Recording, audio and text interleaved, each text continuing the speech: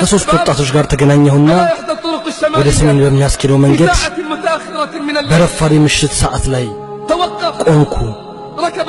ሶስቱም ተሳፈሩ። ሶስቱም ሲሳፈሩ የት ነው የምትፈልጉት አልኳቸው። ደማም መሄድ እንፈልጋለን አሉኝ። ይህ ንግግር በመሃላችን ተካሄደ። ምንድነው የምትፈልጉት ከዛ አልኳቸው። ስራ እንፈልጋለን አሉኝ። ነውር የለውም። የሰው ልጅ ርዝቁን ፍለጋ ይራራል። ግን ነውር ነው። ነውር ዱንያ ታስወጣናለች። ለአላህ ትእዛዛት ግን አንወጣም። ጉዳዮቻችንን ለመፈጸም እንወጣለን። ለምግባችን፣ ለመጠጣችን የአላህ ጠሪ ይጠራናል። ሀያ አለ ሰላህ፣ ሀያ አለ ፈላህ እንሰላቻለን።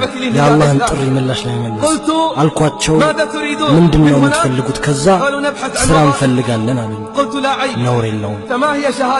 ምንድነው የያዛችሁት? ምስክር ወረቀትና የብቃት ማረጋገጫችሁ አልኳቸው። አጠገብ ያለው አለ እኔ ሁለተኛ ደረጃ ሰርተፍኬት አለኝ። አንተስ ሲዋለኛው እኔ አንደኛ ደረጃ ሰርተፍኬት አለኝ። አንተስ ሶስተኛ። እኔ አምስተኛ ዓመት አልጨረስኩም።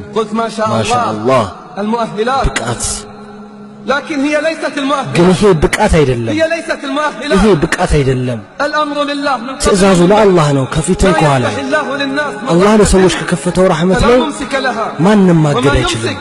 ካገደውም ደግሞ ማንም ለቃቂ የለውም።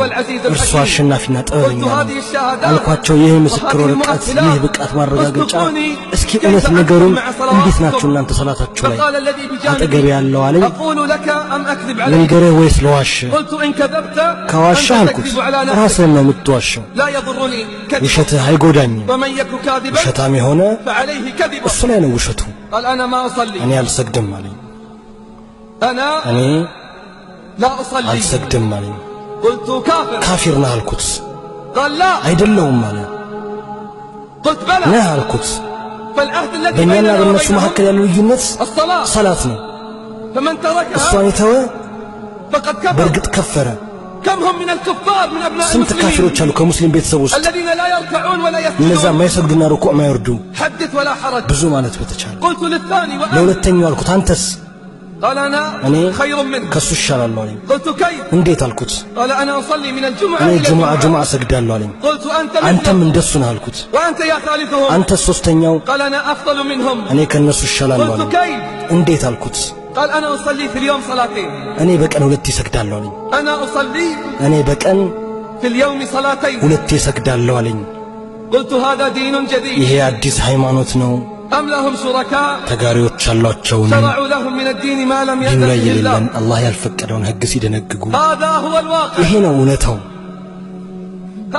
ይሄ ነው ተጨባጩ። ወደድክም ጠላህም